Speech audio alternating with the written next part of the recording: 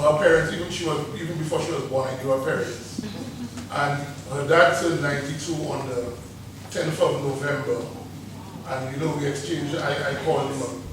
And to see that she had lived that legacy, because her dad, they call him Mr. Rufus, and he was a very outstanding banana farmer. He had got numerous certificates from the UK. That time they used to call them Spalding reports. And he used to get 92%, 97%. Every 3 or 4 months, sometimes twice a year, would get those reports. It was always a pleasure to go to his farm. He was always interactive. And even after he left farming several years ago, we always kept in touch. I would call him sometimes, he would call me, sometimes I would stop by his home.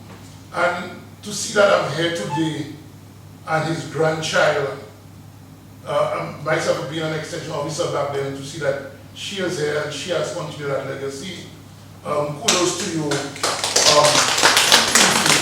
Job well done, you know, and this is the kind of things that we like to see happening for agricultural development, for employment, for food security. All of those things play a significant role.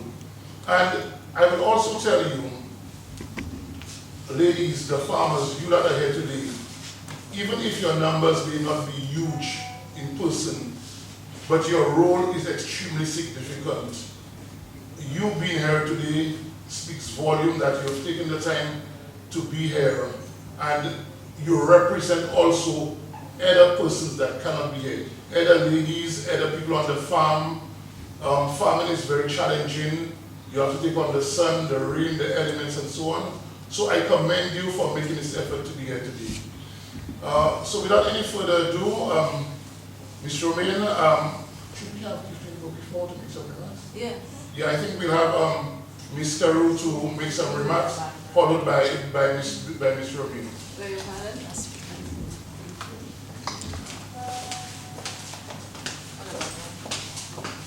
Good morning, everyone. Good morning. I wanted to kind of be in the background because today is more about our farmers. But I really just want to extend our gratitude on behalf of Helen's daughters. We really want to have a closer and closer relationship with the Ministry of Agriculture. And I think many times the ministry has this myth around it where there's kind of like a separation between the farmers and the ministry. And I feel like days like today is a testament that we can forge closer bonds. I really hope that there's a lot of networking, exchanges of ideas, of knowledge, of contact information, so that when our farmers have a problem, they get some preferential treatment. But again, I just really want to thank Mr. Elliott in particular. He reached out to us a couple of months ago. We have this T-Pose series that happens every other month on various aspects within Helen's daughters, not just on agriculture, but whether it's financial management, trauma-informed care, because we're hoping to develop more holistic farmers. And Mr. Elliott reached out about the TR4 crisis, I would say, that's happening in Latin America. And I think I wasn't the only one that really, it kind of enlightened me on to even more potential crises. I'm praying that TR4 doesn't reach the Caribbean shores. But then after that, he kept a promise. We asked for a presentation on common pests and diseases, and we just thought it would be a simple Zoom session, and he actually opened it up. This is my first time at the Agricultural Diagnostic Facility, so a really beautiful building, I must say. And I think a lot of our first times as well. So we're really looking forward to having more of these kinds of exchanges with the ministry. And thank you, Mr. Elliott, for keeping your promise. So I hope today we'll just have a great time. We'll again exchange a lot of knowledge, bond together, and hopefully this is just the beginning of a long-term collaboration. Thank you. Thank you, Kathleen. Slight, how should I say it? Probably correction. Kathleen, farmers, our doors are always open to farmers. We're here to serve, to reach out to serve. Our doors are always open. Our emails are easily accessible. Our phone numbers are easily accessible. Our extension staff are easily accessible. We're always ready and willing to assist. We're here to serve, always in all ways. Okay? Thank you very much for your remarks, Ms. Carew. I hand you over to our Chief Plant Health Officer. We'll make some opening remarks. Thank you. Thank you, Mr. Elliott. Good morning, everyone. Good morning. Honestly, I said to myself, Anna, you know what? You better put the script together because you won't get out of here. We need to get our training going. But I am honestly so excited. I am so pleased to see our women come on there. I said to myself, I must put a script, but I will not get out. But I still put a script, but I'm still motivated and excited to say to you, kudos to you women. Thank you, Ms. Carew, for her hard work, for her dedication towards women. And let me go to my script before I So it's indeed a pleasure to welcome Helen's daughters to the National Agricultural Diagnostic Facility. How many of you knew of this place before you came here this morning? Oh, wonderful. At least we had 2 persons, but most of us may not have an idea that this place existed. So I'm happy to have you this morning. I have admired the work of Helen's daughters over the years, and of course the work of the farmers. Honestly, I'm speaking, but I feel part of Helen's daughters because as a woman and seeing women who see the need to get involved, get their hands in there, and to make things happen, it is such a good feeling. And this morning, I am grateful the Ministry of Agriculture continues to support the work of women in agriculture. We recognize the invaluable contributions that you have made towards food security. I mean, you women, we nurture. This thing about women, our hands are not in there. It's not perfect. You agree with me, right? The men do quite a bit of hard work, but until the women have not put their hands in there, it's not complete.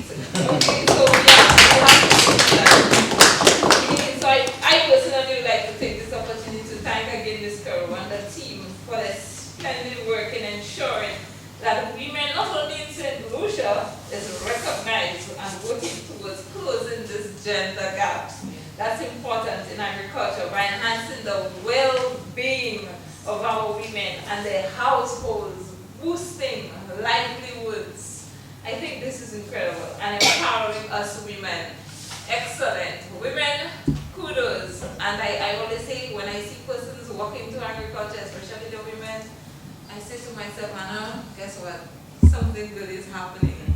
When I went to write CXC and I had done all of my exams and I passed all of my CXCs, I said, you know what?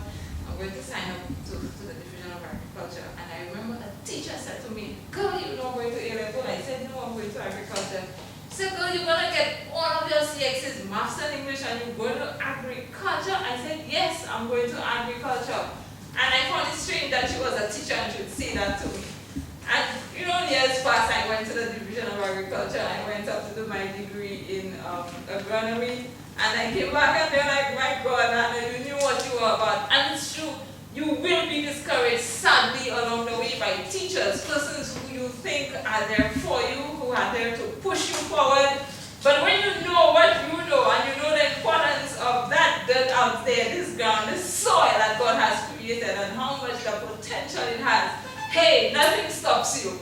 They just have to get out of your way. So women, continue to do what you're doing. I'm hoping that you have a very good time. You are also a scientist, if you don't know, in your own way, because there's a lot of things that you see on the ground, and you may not have all of the science behind it, but you understand what's happening.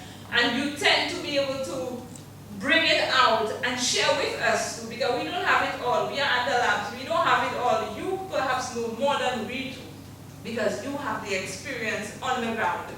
So we welcome your exposure, your experience. We welcome the knowledge that you have been on the ground, because this little lab called the soil that you work with every day, there's a lot going on in there. And honestly, I'm happy to have you in this place and hoping that this is not your last. I'm hoping that you visit us again. feel free to come in whenever you like. We can make arrangements to come and have a little tour through the nematology labs, the entomology labs, the pathology labs, and encourage your kids to go into agriculture. It's not about being out there in the ground. We have the food technologists, the microbiologists. A lot is happening in agriculture. Let not persons tell us what is not happening. We know for ourselves that a lot is going on. So encourage our children, let them know that, hey, this place, a lot of people are living, but you need to come in there and make things happen. Because food matters 3 times a day: breakfast, lunch, and dinner, right? Excellent. So do have a good stay with us. Ask all of the questions. Don't be shy.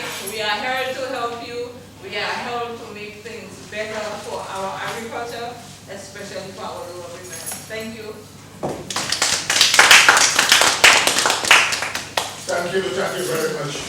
I highlight one of the points Ms. Robin made, and she said about empowering.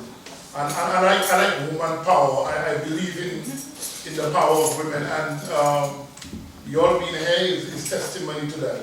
So without any further ado, we'll go into let's just talk about what the agenda for today. So this morning, we're going to have 3 presentations. I'll start off with the first one, then my colleague Stephanie and Cletus. You're going last because your stuff is what we're going to do in the lab. So it will be fresh. All right. Yeah. We have Cletus is going to do another presentation, and we're going to do a lab presentation. Let me just stick a pin here and give an acknowledgement to our extension division, who has given us a lot of support in this exercise today.